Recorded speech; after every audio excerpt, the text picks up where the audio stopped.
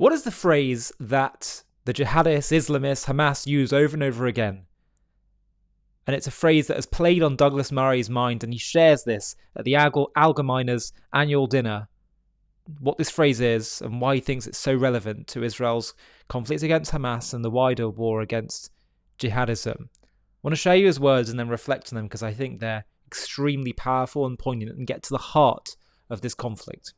The final thing I just wanted to say, apart from thanking you and thanking Allgemeiner again for this honour, is to say that Barry slightly referred to it there earlier in her beautiful remarks. I've thought for some 25 years now on a phrase which the jihadists always use. They always use this phrase, whether it's Al-Qaeda when they attacked New York, this city, in 2001, or whether it's the Hamas terrorists who attacked Israel on October the 7th and many times since. They always say the same thing.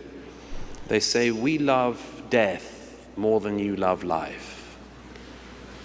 And I've thought about that a lot over the years as I've lost friends to that death cult everywhere from Paris to Afghanistan. And I've often mulled on it.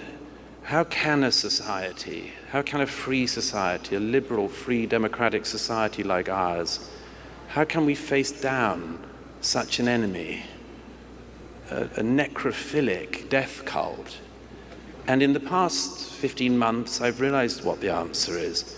It's the answer that the IDF gives, it's the answer that the people of Israel have given, which is, there is nothing wrong with loving life this much. And if you wish to worship death, be our guest. We may even help you. But we will not apologize, not the Jewish people, not Gentiles, not anyone else. We will not apologize for loving life and for fighting for life. So I want to thank you, but I pass the award again to the young men and women of the IDF. These are the real warriors, but thank you for this honor.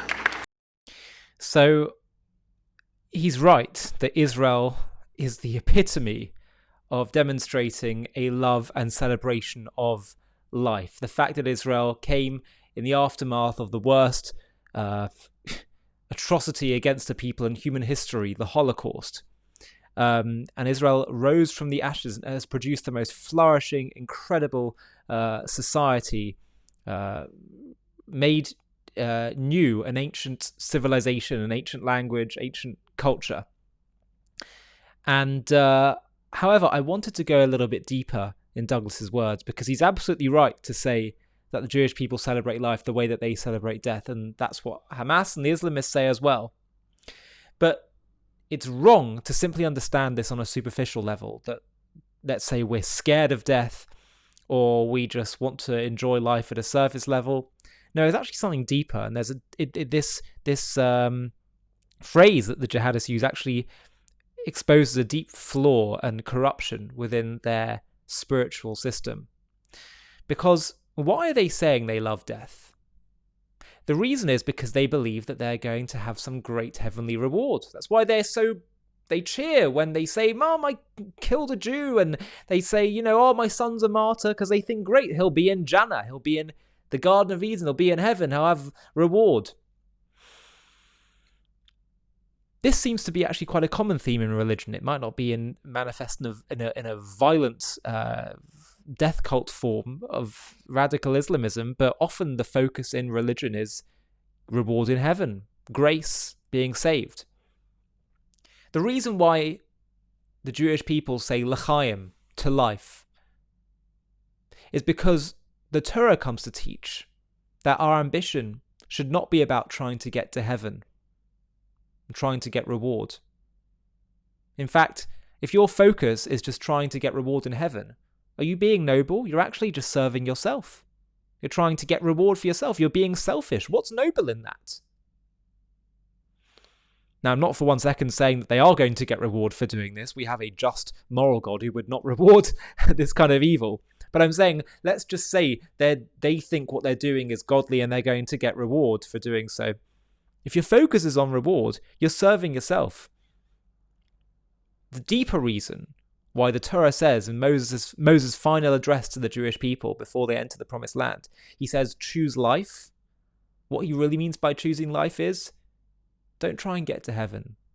The purpose of the Torah, the purpose of what the Jewish people taught the world is our purpose, is to bring heaven down to earth, to bring God down to earth. That is serving God. That is selfless. That's life. Life is when you get beyond your needs, beyond serving yourself and serving the world, serving God's plan, God's purpose. We celebrate life because it's in here, not in heaven, but here where we can actually be servants of God and bring him down to earth. The fundamental mistake of religion, and it manifests most severely in religious extremism, is thinking that we're here to get things. We're here because God doesn't need anything and it's all for our purpose, our benefit. No, actually, it would seem from logical deductions and from, I think, a fair reading of Torah, the reason we're here is because God needs. You only create based on a need. A creator has needs, not a creation. A creation exists as a result of the need of its creator. And so we are here because we're needed. Not to get reward, not to get things. We're here to serve.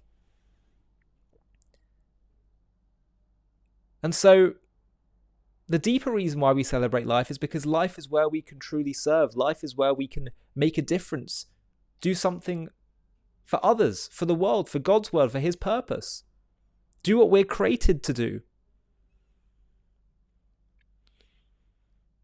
So imagine if tomorrow, from the most religious to the most secular, everyone woke up and said, what is it that I'm needed for? Not how can I serve my own needs, but what am I needed for? And what does my creator need of me? What a better world it would be. So let's be clear that there's nothing noble in what Hamas think they're doing.